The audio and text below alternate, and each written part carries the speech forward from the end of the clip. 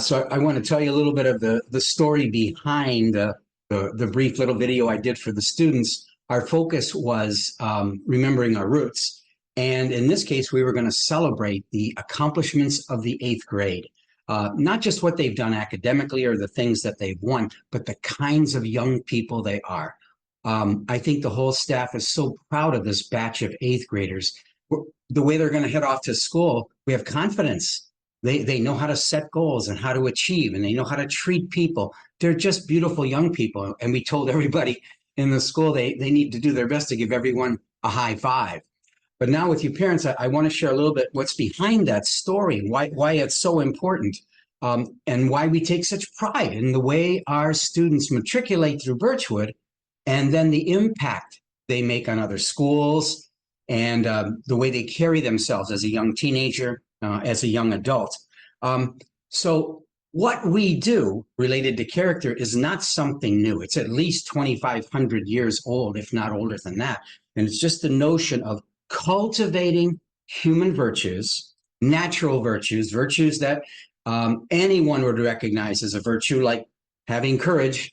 No one's ever going to say, oh, no, we don't want courage. That's not good for you. No, that doesn't make sense. Or we don't compassion, no compassion. We don't want compassion. That's not a good thing for you. Everyone would agree. We need to know compassion. All right, so 2,500 years, and you would find it in literature. You would find it in biographies. You would find it in the foundations of democracies across the world, that you call forth the best in human beings. On the one hand, to cultivate these beautiful natural virtues, and then on the other hand, to learn how to overcome or stifle or mute to varying degrees the vices that work against them. And so we want to call this forth. And so our 8th graders, graduates, that's why we brag about them, we talk about them, and we say, go look, come into the 8th grade, sit on the class for a whole day. You'll see the quality of young people. Doesn't mean they're perfect. They're teenagers. They do the same noodlehead things other teenagers do. But at the same time, something's growing in them that they have fostered and the school has fostered. Now, there's many ways to help young people address the needs of a teenager. There's a social emotional learning, it's called today, SEL.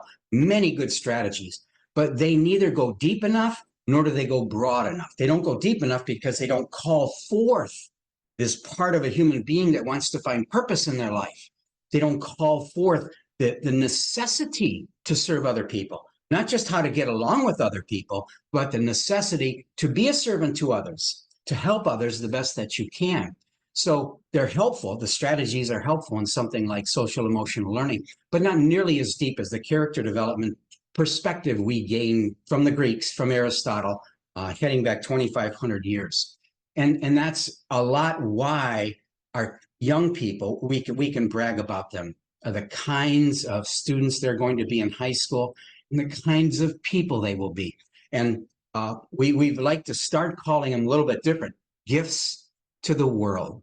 Not just great people doing great things, but we hope gifts to the world because they know how to live their life with purpose, with goals, with compassion, with responsibility, and the contribution to the world that they're living. So I hope this is helpful because we're going to hold on to this. This is not some new thing that we developed here. This has got 2,500 years of history that has borne out across cultures and across time. And it's a core of what we hold to as how to develop children's character. Thank you.